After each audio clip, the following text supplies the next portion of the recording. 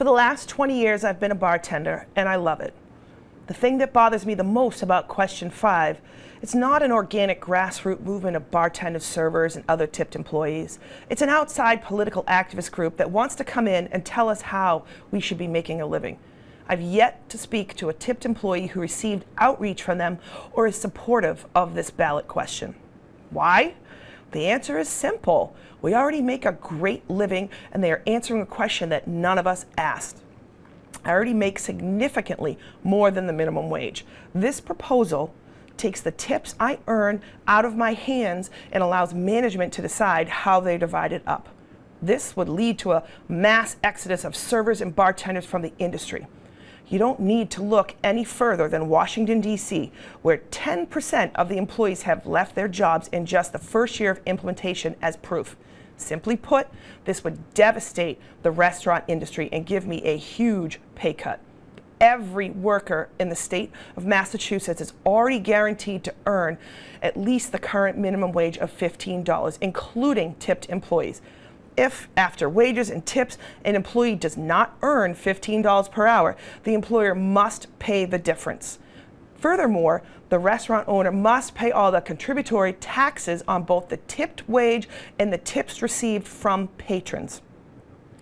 91% of servers and bartenders recently polled said they like the way the system works now and do not want to see it change. They fear that their overall tips would decrease, and further polling proves that. Voters are 8 times more likely to tip if they know a server or bartender is making $15 per hour as base pay. They were 3 times more likely to tip less if they knew we were part of a tip pool that gave extra pay to people that didn't serve them. There's simply no way we would make those types of losses up.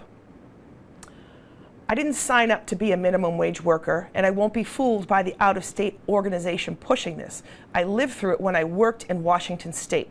I lived there for 12 years as a server and a bartender, where I got a full minimum wage with tips on top. While there, the average person tipped about 10%. Those same results are playing out in Washington, D.C., where this is being implemented as well.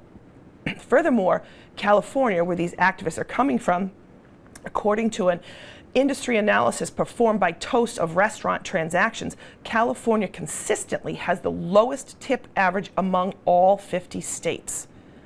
If I was to make less than what I'm currently making, I would probably have to get a second job. As a single parent, I've been able to buy a home by myself, raise a child by myself, have the flexibility to maintain a household by myself as a bartender. I would implore all voters, especially my fellow bartenders, servers in the service industry, to vote no on question 5. This will force restaurants to raise prices, lay off workers, switch to service, quick service, or even automation. Many restaurants just won't survive, particularly in smaller cities and towns. The bottom line is, servers and bartenders don't want this. The next time you are out to eat, just ask one of us. We will gladly share how opposed we are.